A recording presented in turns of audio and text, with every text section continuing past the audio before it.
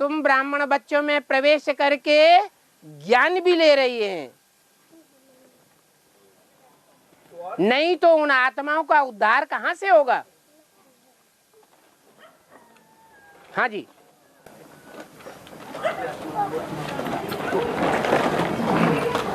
बोलो।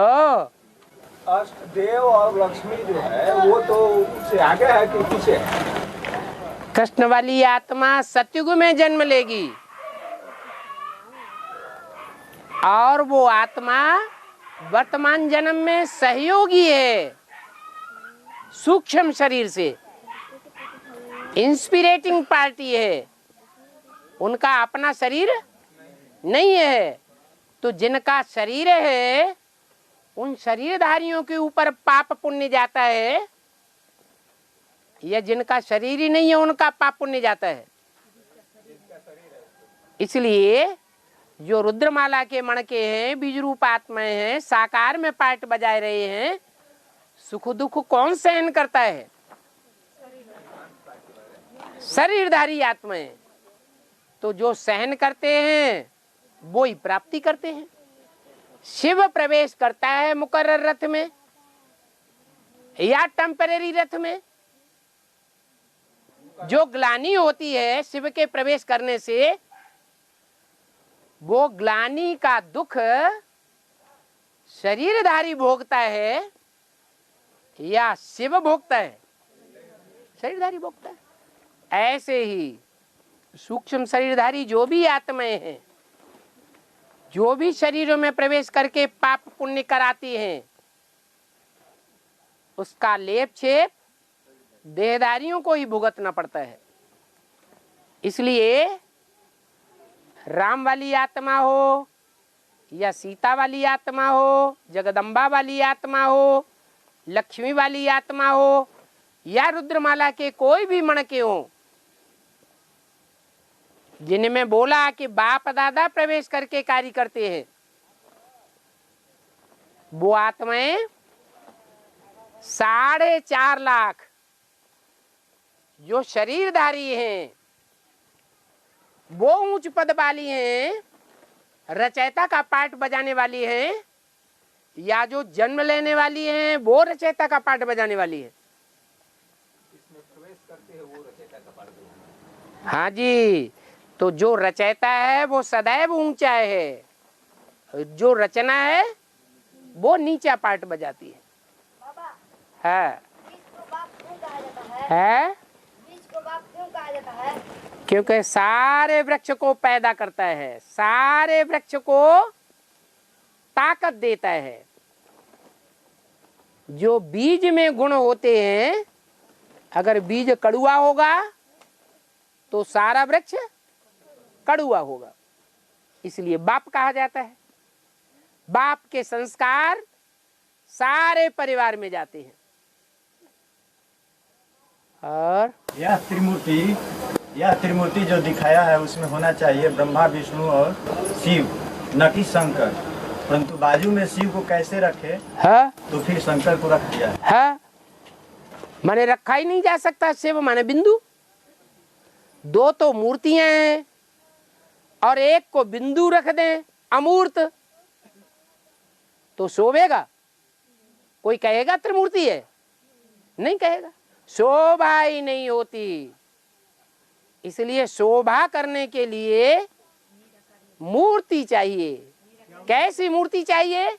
जो साकारी मूर्ति होते हुए भी, मूर्त रूप होते हुए भी शिव की तरह निराकारी स्टेज वाली हो।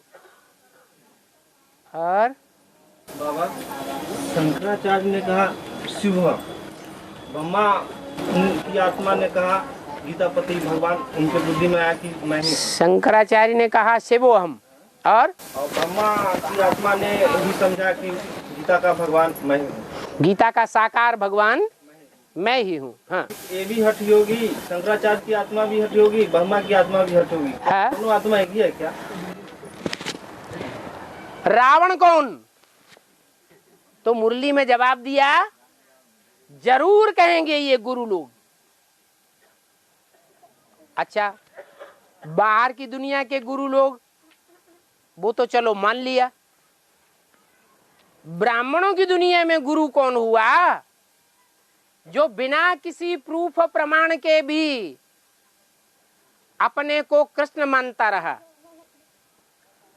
अपने अंदर शिव की प्रवेशता मानता रहा, अपने को ब्रह्मा कहता रहा, ब्रह्मास्मि शिवोहम, गीता का भगवान मैं मानता रहा। ये दुनिया का सबसे बड़ा गुरु नहीं हुआ क्या? अगर नहीं हुआ तो रावण के जो सिर हैं वो गुरुओं के सिर हैं या नहीं है? हैं? दुनिया के 10 धर्म हैं, 10 धर्मों के 10 गुरु दिखाए गए या नहीं दिखाए गए? उन 10 गुरुओं रूपी जो सिर हैं रावण के, उनके ऊपर एक सिर और रखा हुआ है। वो कौन है? गधा को अकल होती है? होती है? नहीं होती है। सारा ज्ञान शिव ने उस मुख से ही सुनाया है जिसको कहते हैं वेदवाणी। वेद माने ज्ञान, वेद माने जानना, ज्ञान। और सबसे पहले उसके कानों ने ही सुना। सुना कि नहीं सुना? किसी दूसरे ने सुना? उसी ने ही सुना।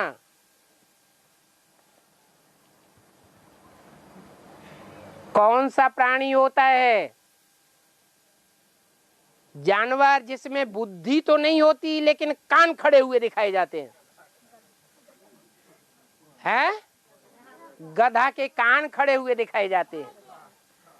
शिव धोबी है, कपड़े धोने वाला है।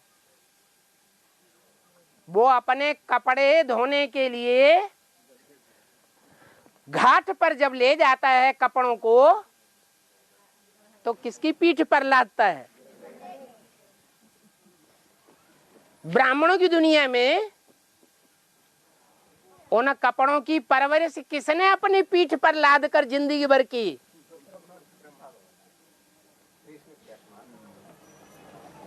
इसलिए दुनिया का बड़े से बड़ा गुरु कौन हुआ?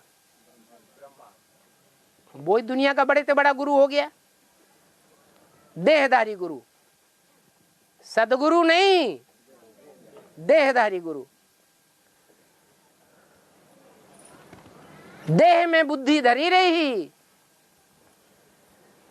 लेकिन जो वेदवाणी निकली उस वेदवाणी में बुद्धि का मनन चिंतन मंथन नहीं चला।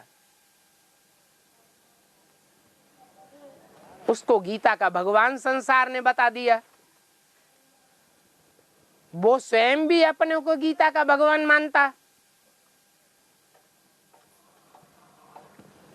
तो बड़ा जुल्म हो गया ना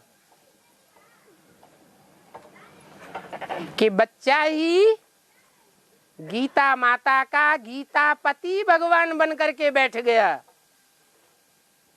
इसलिए आज खास भारतवर्ष में और दुनिया में भी ये चलन देखी जाती है कि परिवार में खुदान खास्ता अगर बाप चला जाता है, शरीर छोड़ देता है, तो माँ के ऊपर कंट्रोलर कौन बन करके बैठ जाता है?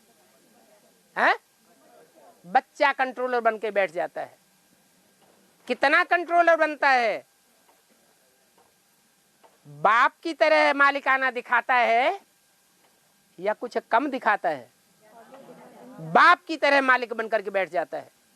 सारी सत्ता परिवार की अपनी मुट्ठी में लेकर बैठता है। इसलिए कहते भी हैं बड़ा बच्चा बाप समान।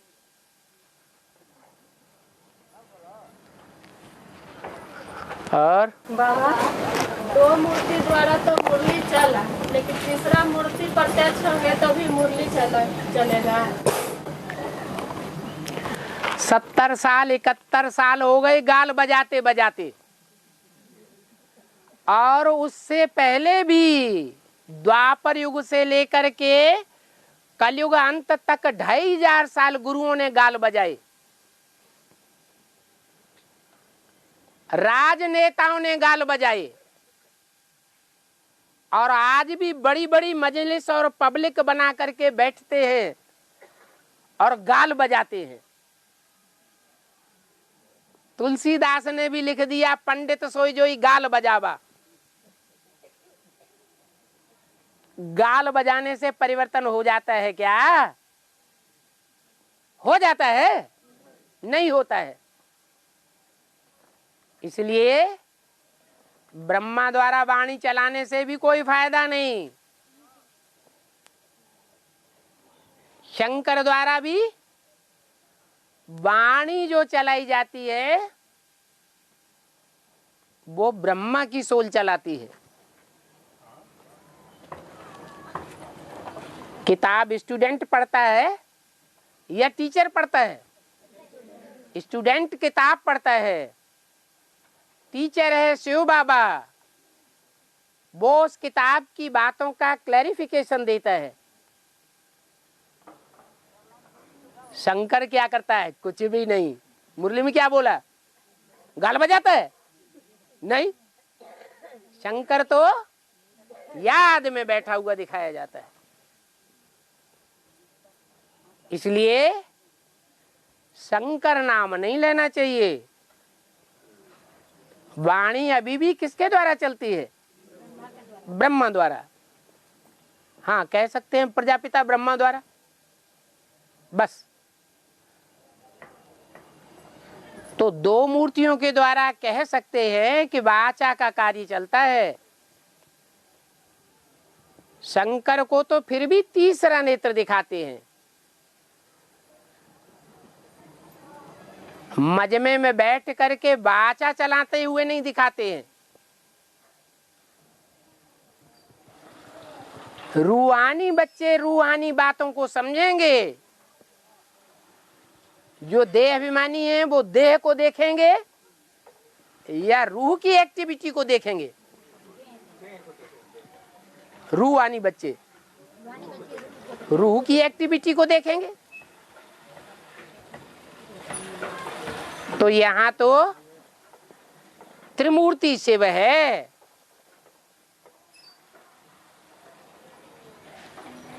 तो कह सकते हैं कि वाचा से संसार में भगवान प्रत्यक्ष नहीं होता, और वाचा से नई दुनिया भी प्रत्यक्ष नहीं होगी। प्रैक्टिकल एक्ट जो करेगा, प्रैक्टिकल से परिवर्तन होगा या वाचा से परिवर्तन होगा? प्रैक्टिकल ज्ञान की धारणा होनी चाहिए जीवन में। इसलिए तीन मूर्तियों के तीन पार्ट दिखाए गए हैं।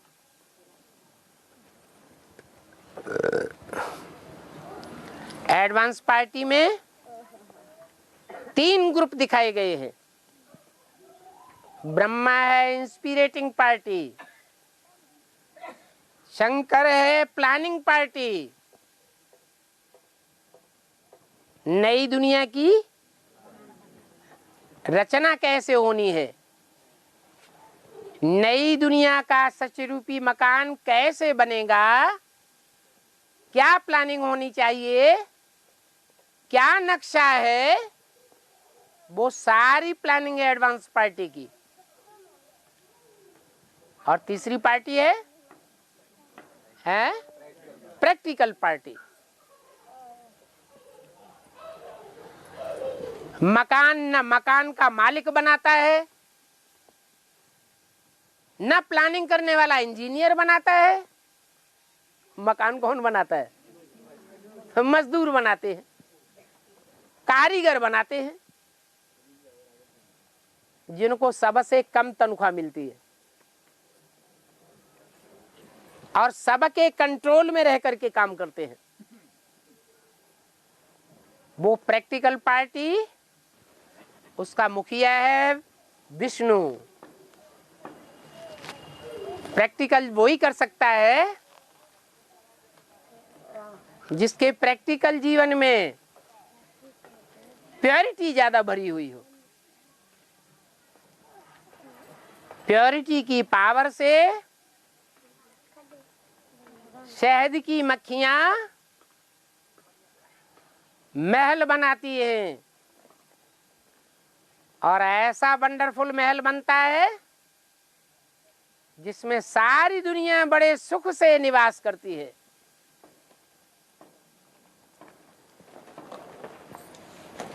मीठी दुनिया होती है या कोई के अंदर भी कड़ुआहट भरी हुई होती है, मीठी दुनिया होती है। तो विष्णु के द्वारा वाचा चलाने की काम जरूरी है या प्रैक्टिकल कर्म होने का काम जरूरी है? प्रैक्टिकल कर्म होते हैं। और बाबा संगम युग में बोलते हैं कि शंकर पार्वती है। बोलो बोलो। शंकर पार्वती है ना, राम वाली आत्मा राम है, राम वाली आत्मा शंकर है, राम वाली आत्मा जाके बनती है नारायण। तो नारायण के साथ लक्ष्मी जो रहती है, तो फिर पार्वती वाली आत्मा। तुम सब पार्वतियां हो। एक बात सुनो, तुम सब पार्वतियां हो कि किसी के लिए बोला कि पार्वती नहीं हो? हैं? सब पार्वतियां हो। परसेंटेज में कुछ न कुछ वातावरण बनाने वाले हो, तब नई दुनिया बनती है या अपने आप बन जाती है? हैं? कुछ न कुछ परसेंटेज में वातावरण बनाने वाले हो प्रैक्टिकल में, इसलिए तुम सब पार्वतियां। कोई 100% पार्वती है। एक लक्ष्मी वाली आत्मा होती तो है। जो सर्वे 100% पार्वती है वो शंकर की दूसरी पत्नी है या पहली पत्नी है? है? है? क्या बात हो गई? कोई कुछ बोलता है, कोई कुछ बोलता है। जो 100% पार लगाने वाली है उसका नाम पार्वती पड़ता है। वो शंकर की पहली पत्नी गाई जाती है या दूसरी पत्नी ना दूसरी है? ना है? दूसरी। हाँ, पहली पत्नी सती। हाँ, लक्ष्मी वाली आत्मा हाँ जी। और दूसरी पत्नी पार्वती। पार्वती।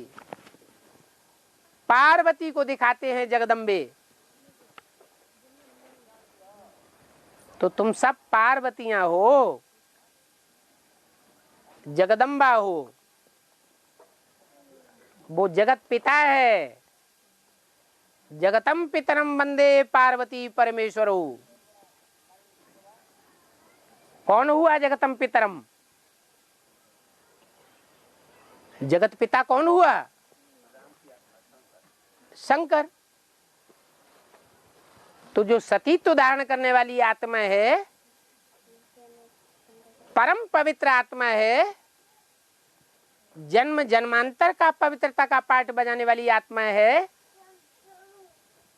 जिसके जीवन का विरुद्ध है वरों शंभो न तु रहो कुंवारी। एक का वर्ण करती है 84 जन्मों में पति के रूप में। अनेकों का मुंह तो नहीं पीती। ये जीवन का लक्ष्य है। तो सतीत्व की ताकत से वो सतयुग रूपी दुनिया की स्थापना करने की निमित्त बन जाती है। और पार्वती भी उसी का रूप है। लेकिन बाद वाला रूप है। आदि से अंत के हिसाब से अंत में दोनों ही मिलकर के एक हो जाते हैं, तब महालक्ष्मी कहा जाता है।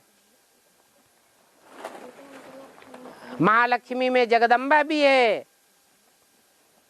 और क्या नाम लक्ष्मी भी है। और बाबा पूरी नहीं हुई बात। हाँ फिर स्थूल में राम वाली आत्मा बार बार जन्म में आते हैं, है। दो पत्नियां साथ साथ आती है कि एक दो जन्म कुंवारी रह जाती है लक्ष्मी वाली आत्मा। तुम बच्चे राजयोग सीखते हो ना, तो जो राजयोग सीखने वाले हैं वो राजा बनते हैं या नहीं बनते हैं? सतयुग त्रेता में ही राजा बनते हैं या द्वापर कलयुग में भी राजा बनते हैं? जब दूसरी पत्नी साथ में आते हैं। पहले जो बात पूछी जा रही है उसका जवाब तो दो। द्वापर कलयुग में भी राजा बनते हैं या नहीं बनते हैं? तो जो द्वापर कलयुग के राजाएं हैं वो एक पत्नी व्रतधारी पुरुषोत्तम होते हैं या नहीं होते हैं? हैं? द्वापर कलयुग में, द्वापर कलयुग में जो होते हैं वो तो विदेशियों से प्रभावित हो जाते हैं ना, तो इसलिए वहां एक पत्नी व्रत की बात खत्म हो जाती है। राजाओं को ढेर ढेर पत्नियां हुई हैं। हाँ जी। और बाबा 84 जन्म लेने वाले भी देवता नहीं बनेंगे। अरे दो दो माताएं इकट्ठी बोल रही।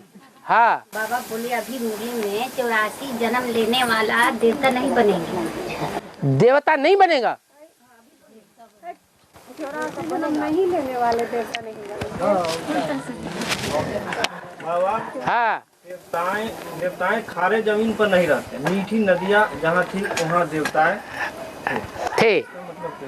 हाँ जो नदी है वो नदी का उदाहरण जड़ नदी के लिए दिया गया है या चैतन्य नदी के लिए दिया गया है?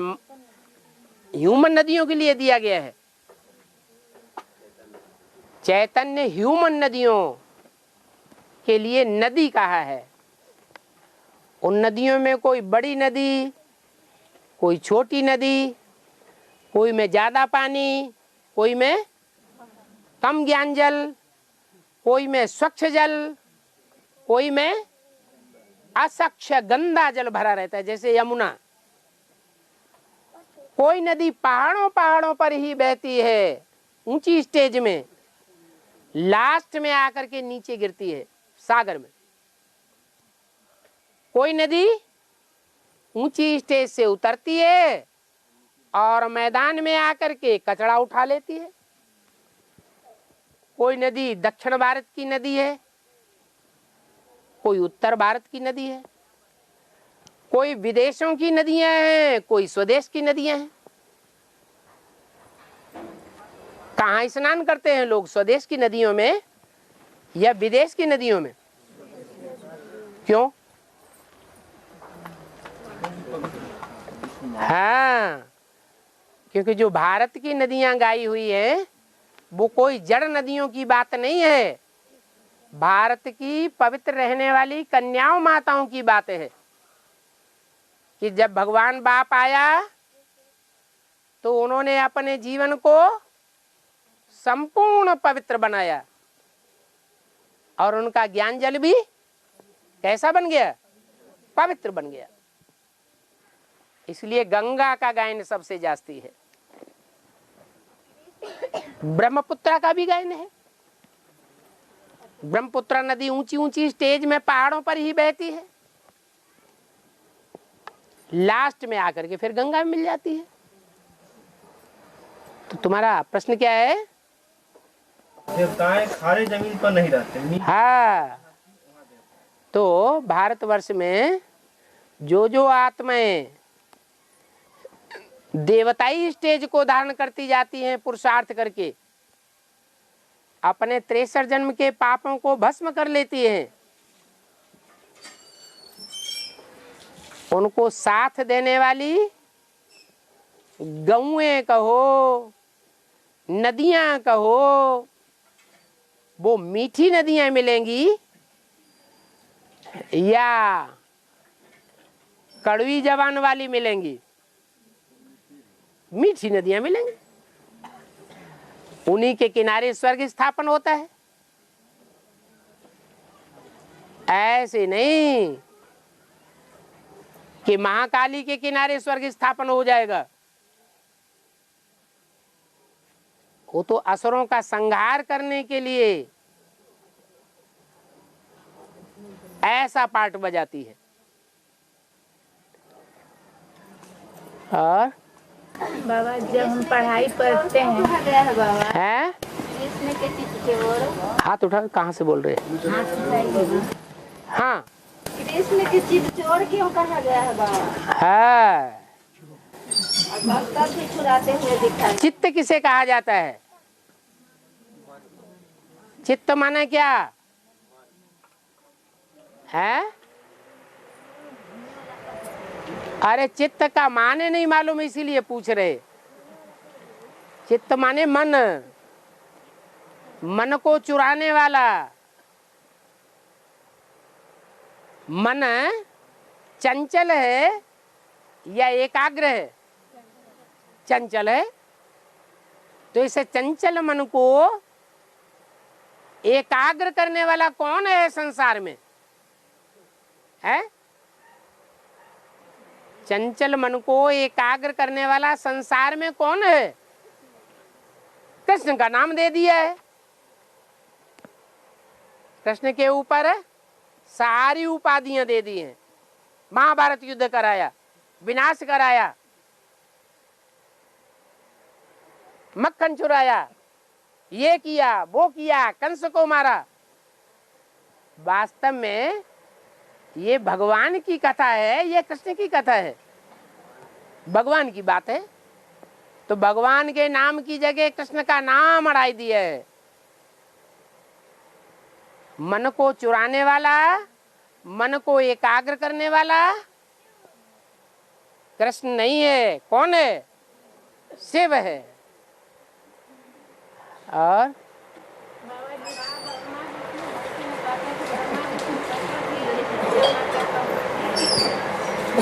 ब्रह्मा बाबा, ब्रह्मा विष्णु शंकर के अनसुईया माता को हाँ,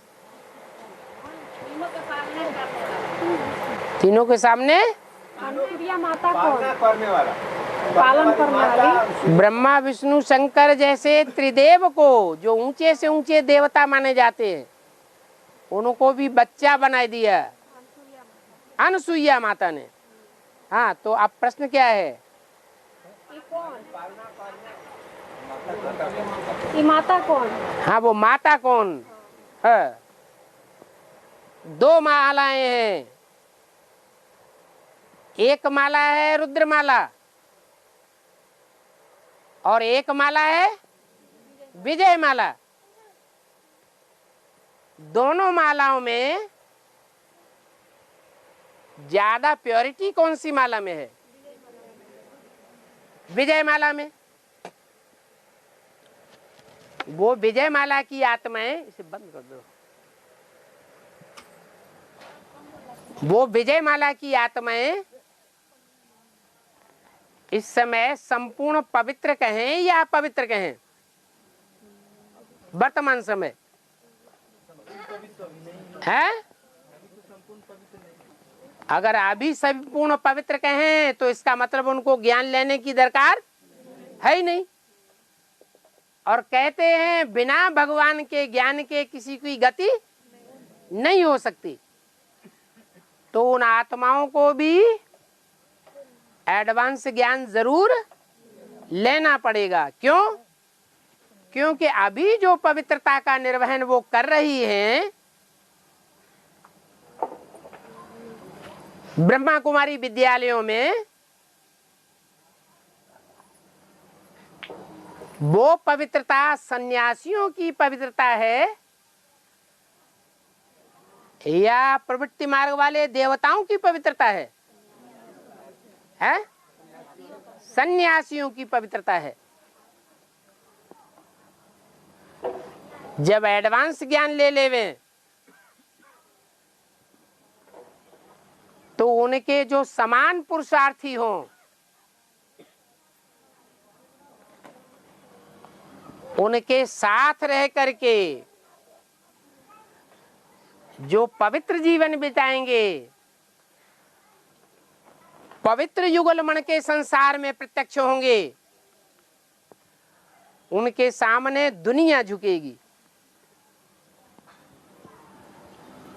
और उनमें असली पवित्रता आ जाएगी। तो विजयमाला भी अभी है और रुद्रमाला भी अभी है। दोनों का लक्ष्य आत्मा को पवित्र बनाना है।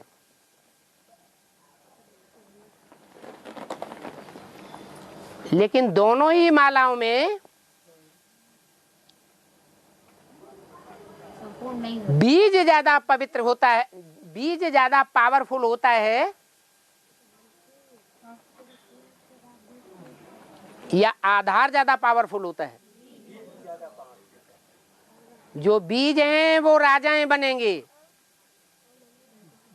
जो आधार हैं वो रानियां बनेंगी।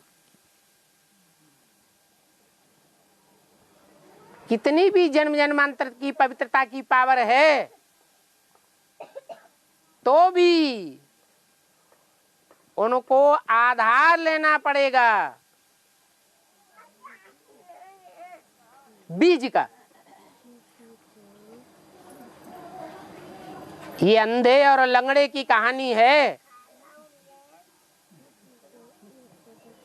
तो विजयमाला का जो अव्वल नंबर का मणका है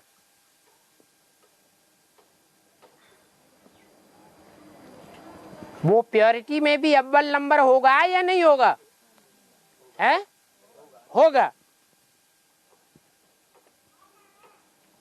वो चंद्रवंश में है या सूर्यवंश में है? चंद्रवंश में। दुनिया के जितने भी वंश हैं उनमें चंद्रवंश और सूर्यवंश ही सबसे ऊंचा है। चंद्रवंश की वो आत्माएं जो प्योरिटी में जन्म जन्मांतर की तीव्रता धारण करती है,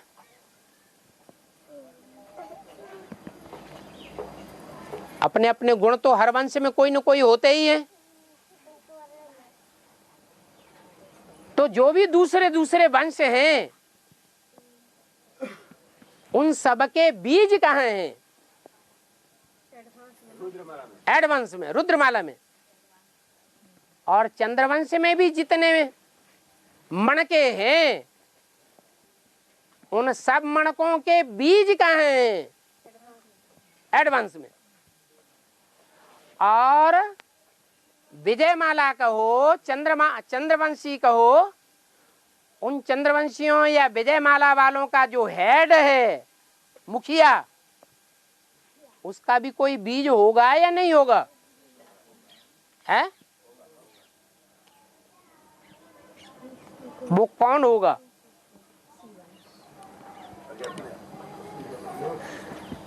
है?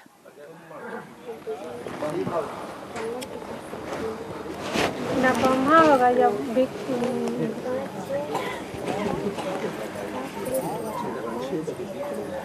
विजयमाला के हेड ब्रह्मा हो गए ना। वो तो चंद्रमा है। ब्रह्मा क्या है? चंद्रमा। चंद्रमा से सारे ही पैदा हुए चंद्रवंशी। उन चंद्रवंशियों में सबसे ज्यादा प्योरिटी को वहन करने वाली आत्मा हुई नहीं, वैष्णवी देवी, लक्ष्मी। वो लक्ष्मी जो है वो प्योरिटी में सबसे आगे है विजयमाला में।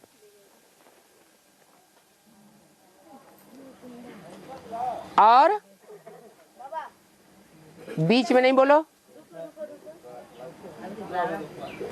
और रुद्रमाला में विजय माला की जो हेड है वो लेफ्टिस्ट होगी विजय माला में या राइटियस?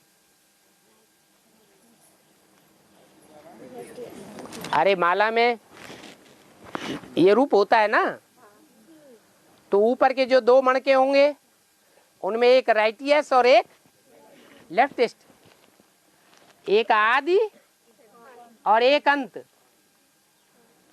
जैसे रुद्रमाला में एक आदि, आदि पिता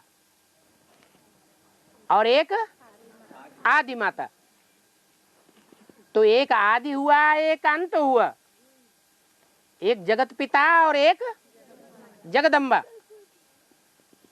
आदि अंत तो है, सबसे अंत का मणका भी है, लेकिन भगवान के सबसे नजदीक है, उतना ही नजदीक है जितना पहला मणका है, हैं? या कम नजदीक है? उतना ही नजदीक है। पहला मणका भी उतने नजदीक और आखिरी मणका भी उतने ही नजदीक है भगवान के, जो फूल के रूप में दिखाया जाता है। ऐसे ही विजय माला में जो वैष्णवी शक्ति है, वो वैष्णवी शक्ति सबसे नजदीक है ऊपर में, और प्योरिटी में सबसे आगे है।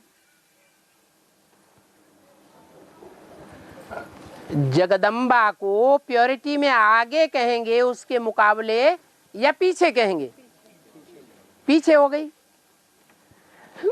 तो जो विजय माला में अव्वल नंबर है, उस विजय माला की बीज कौन है एडवांस में? ना, जगदम्बा कैसे बीज हो गई? उसमें प्योरिटी होनी चाहिए कि नहीं? बीज तो बाप होता है। बाबा कहते हैं बच्चे तुम्हारा बाप आया हुआ है।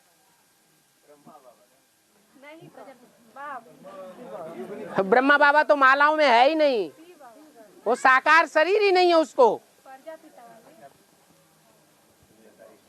प्रजापिता वाली आत्मा, प्रजापिता वाली जो आत्मा है उसमें तो शिव प्रवेश है, और जो प्रजापिता वाली आत्मा है वो अभी मर्यादा पुरुषोत्तम का पार्ट बजाने वाली है, या जो वैष्णवी वाली आत्मा है वो मर्यादा पुरुषोत्तम का पार्ट बजाने वाली है? वैष्णवी मर्यादा पुरुषोत्तम का पार्ट बजाने वाली है। इसलिए मर्यादा पुरुषोत्तम राम का जो त्रेता में गायन है, वो वैष्णवी वाली आत्मा ही त्रेता के पहले जन्म में राम बनेगी। राम वाली आत्मा जो वास्तव में अभी है, वो घाट घाट का पानी पीने वाली है, या पवित्रता में मर्यादा पुरुषोत्तम है शरीर के द्वारा है? तो घाट घाट के पानी पीने वाली हो गई, उसे मर्यादा पुरुषोत्तम कैसे कहेंगे? इसका मतलब विजय माला की जो हेड है पवित्रता में सबसे ऊंची, लेकिन माला तो सेकंड क्लास है कि अव्वल नंबर है? माला तो रानियों की है कि शिव बाबा के बनाए हुए राजाओं की है? रानियों की माला। बाबा राजा बनाने आया है या रानी बनाने आया है? बाबा अधीन बनाने आया है या अधिकारी बनाने आया है? अधिकारी बनाने आया है। तो शिव बाबा जो अधिकारी बनाने की माला रुद्रमाला बनाता है, उस रुद्रमाला में प्योरिटी में अव्वल नंबर मणका कौन है? अरे पतित तो हैं, लंगड़े तो हैं, लेकिन कोई कम लंगड़ा होता है, कोई ज्यादा लंगड़ा होता है। सरकार में जाकर के सर्टिफिकेट बनवाने जाओ, कोई लंगड़े को 80% देंगे, कोई लंगड़े को कहेंगे 10% लंगड़ा है, बाकी सब ठीक है। इसको फ्री टिकट नहीं देंगे। ऐसा होता है कि नहीं? तो रुद्रमाला के मणकों में पवित्रता में वैष्णवी का भी बीज कौन है? कोई होगा या नहीं होगा? अरे प्रजापिता। प्रजापिता अभी तो बोला, प्रजापिता घाट घाट का पानी पीने वाला है।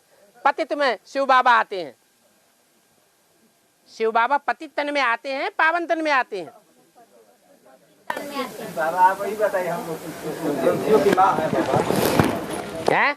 वंशियों की जो माँ है, है? वंशियों की माँ। हाँ, जो सूर्यवंश का फाउंडेशन पड़ता है, नई दुनिया का जो फाउंडेशन पड़ता है, जिसके लिए अभी 2-4 वर्ष पूर्व अव्यक्तवाणी में बोला है, तुम बच्चों को नई दुनिया की सौगात बाप दादा ने दी है।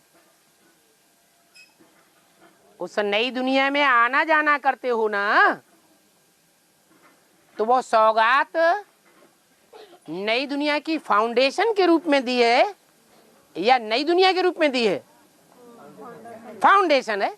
फाउंडेशन तो गड्ढे में दीवारें बनाई जाती है,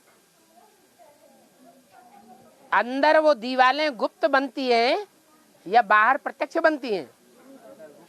गुप्त बनती हैं। पहले ऐसा नहीं होता था कि बड़ी बड़ी बिल्डिंगें बनाते थे तो चारों तरफ पर्दा लगाए देते हों, और अभी बड़ी बड़ी बिल्डिंगें बनाते हैं तो क्या करते हैं? चारों तरफ पर्दा लगा देते हैं। ये भी परंपरा तब से शुरू हुई जब से ब्राह्मणों की दुनिया में प्रैक्टिकली वो नई दुनिया के संगठन का फाउंडेशन पड़ना शुरू हुआ। तो वो फाउंडेशन गुप्त डाला जा रहा है या प्रत्यक्ष डाला जा रहा है? गुप्त डाला जा रहा है। किसी को पता नहीं है उस पर्दे के अंदर क्या हो रहा है, कैसे हो रहा है, कौन सा पुरुषार्थ हो रहा है। तो जो फाउंडेशन डाला जा रहा है नई दुनिया का, उसमें प्योरिटी होनी चाहिए या नहीं होनी चाहिए? होनी चाहिए। और प्रवृत्ति मार्ग की प्योरिटी होनी चाहिए या निवृत्ति मार्ग की होनी चाहिए? प्रवृत्ति मार्ग की प्योरिटी होनी चाहिए। वो प्रवृत्ति मार्ग की प्योरिटी डालने के लिए सारी पृथ्वी पर सिर्फ एक ही शहर चुना गया है जो पाताल में कभी नहीं जाता, गड्ढे में नहीं जाता।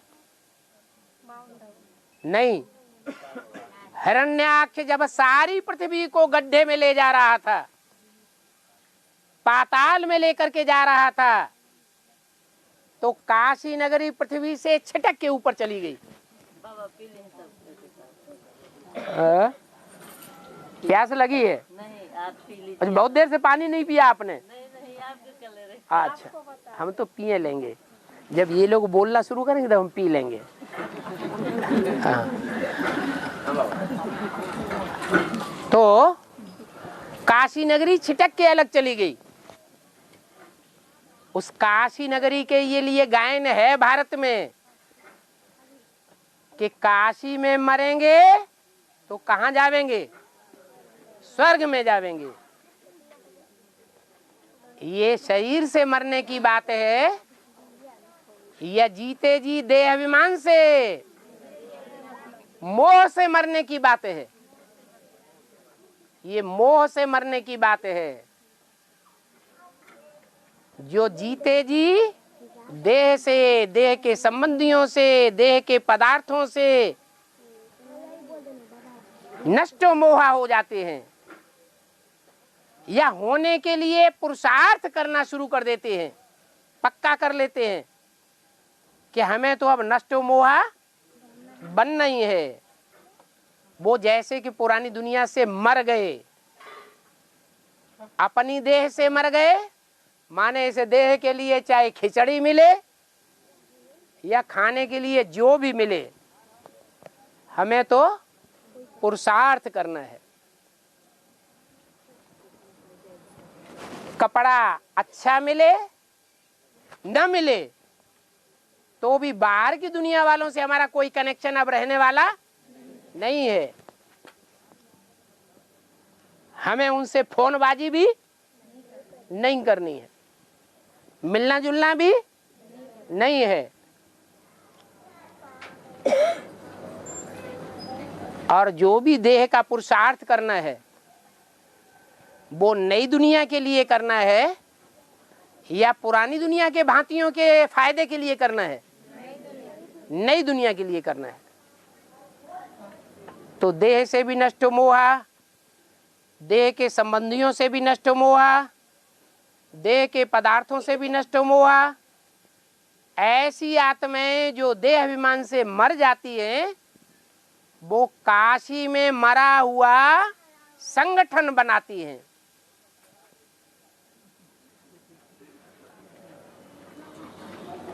उनसे नई दुनिया तैयार होती है। वो नई दुनिया पवित्रता का फाउंडेशन वाली दुनिया है या उसमें अपवित्रता भी है? पवित्रता का संकल्प है, पवित्रता की भावना है। ये आज का काशी किसको कहा जाएगा? सारी कथा कहानियां खत्म हो गई, सारी रामायण खत्म हो गई। रावण, सीता का बाप कौन था? रावण।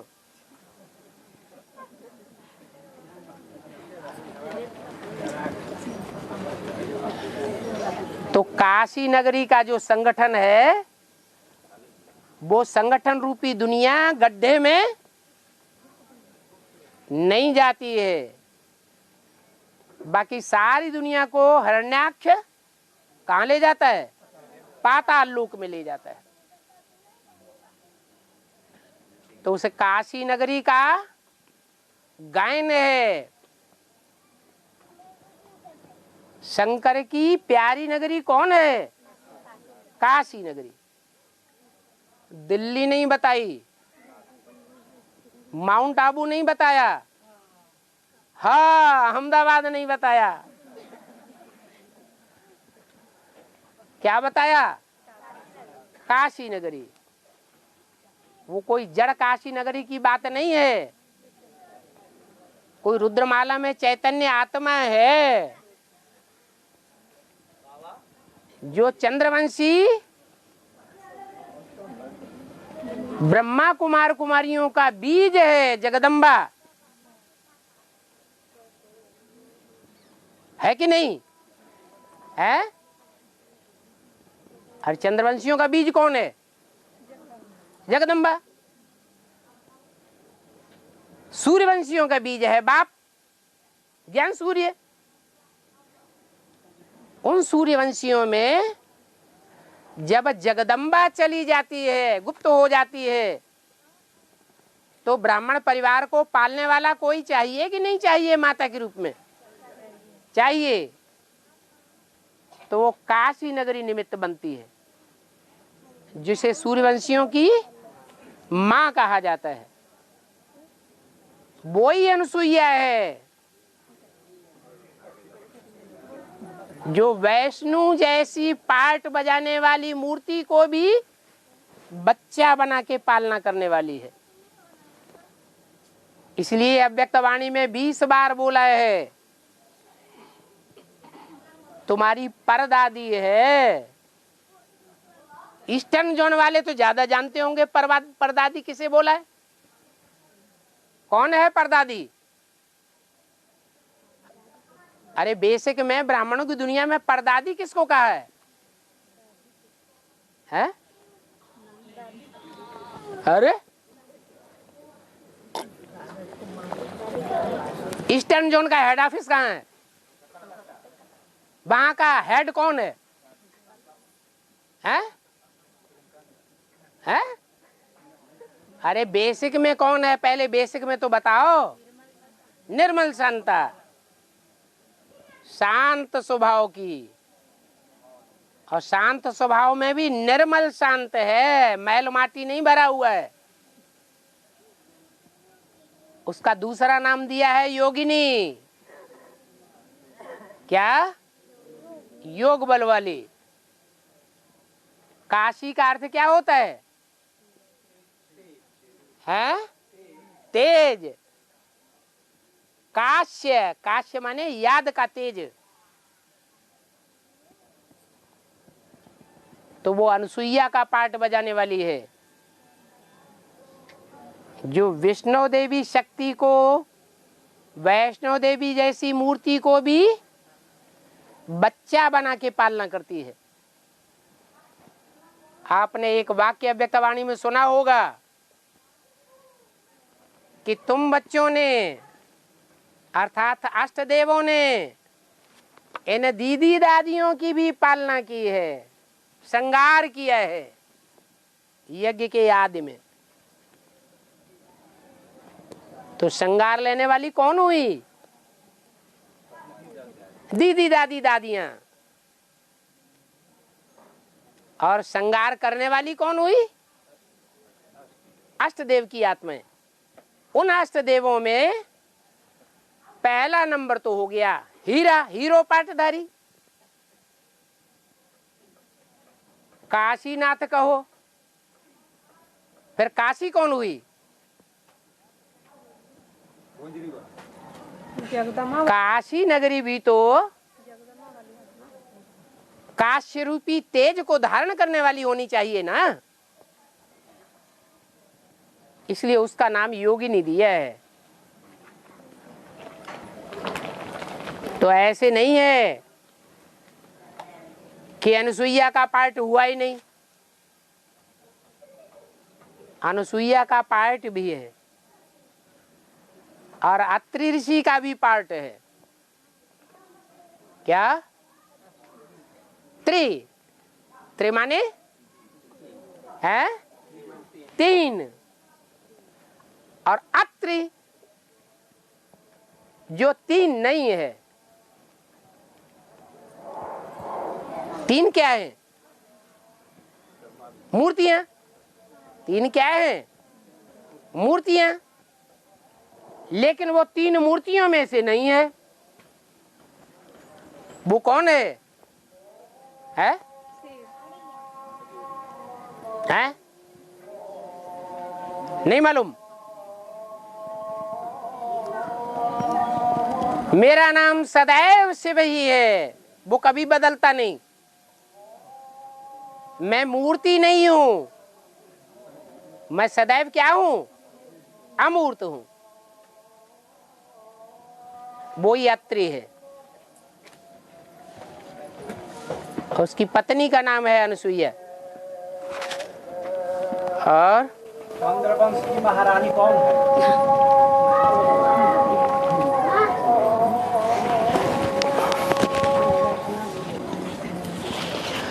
चंद्रवंश का महाराजा कौन है? अगर महाराजा मालूम है तो महारानी भी मालूम पड़ जाएगी। कौन है? है? है? कृष्ण, दादा लेखराज।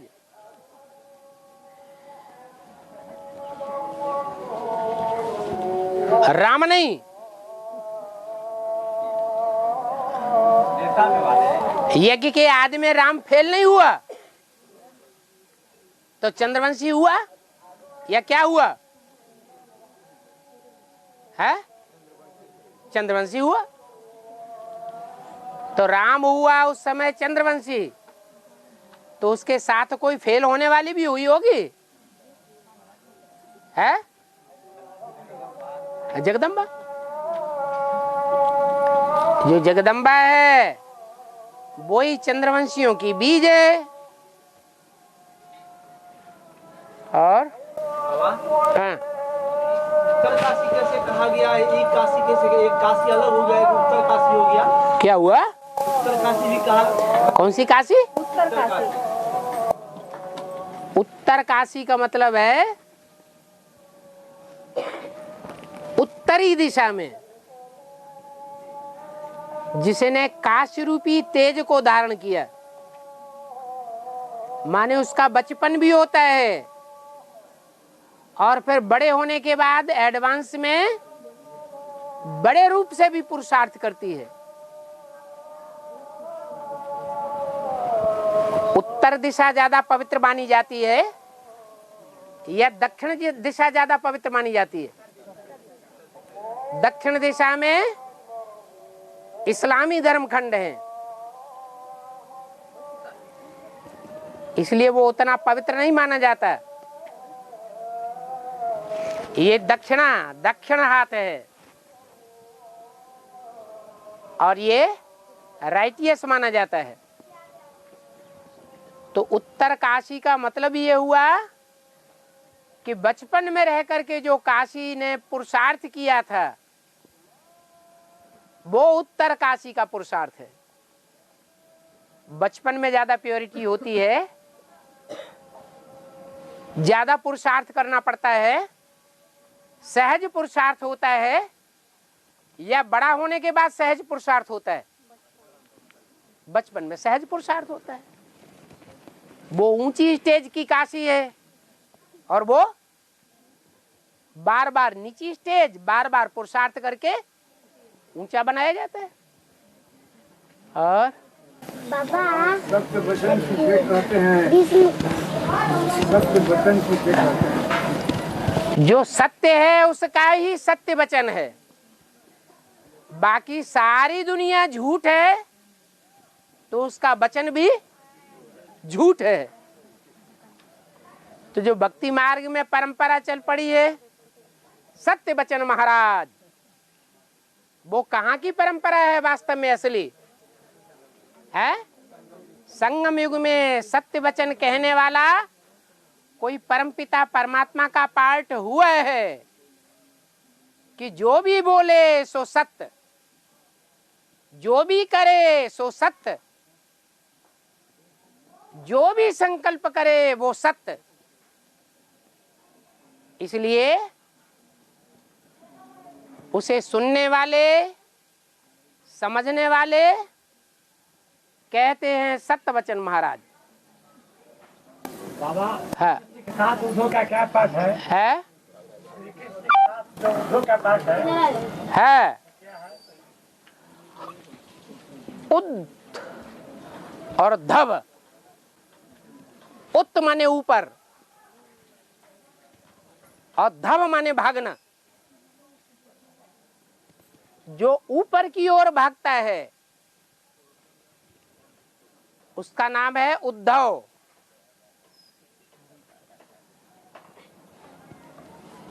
जो राम वाली आत्मा का पार्ट है वो किसको याद करता है? सेवक कहाँ रहता है वास्तव में? सेवक कहाँ का वासी है? परमधाम वासी। तो वो उसकी बुद्धि कहाँ रहती होगी? तो वो हुआ उद्धव। किसका मित्र है? कृष्ण का मित्र। कृष्ण वाली आत्मा उसके साथ अभी भी रहती होगी कि नहीं रहती होगी? रहती है। तो कृष्ण और उद्धव दोनों साथी हैं। एक है निराकार उपासी और एक है साकार उपासी।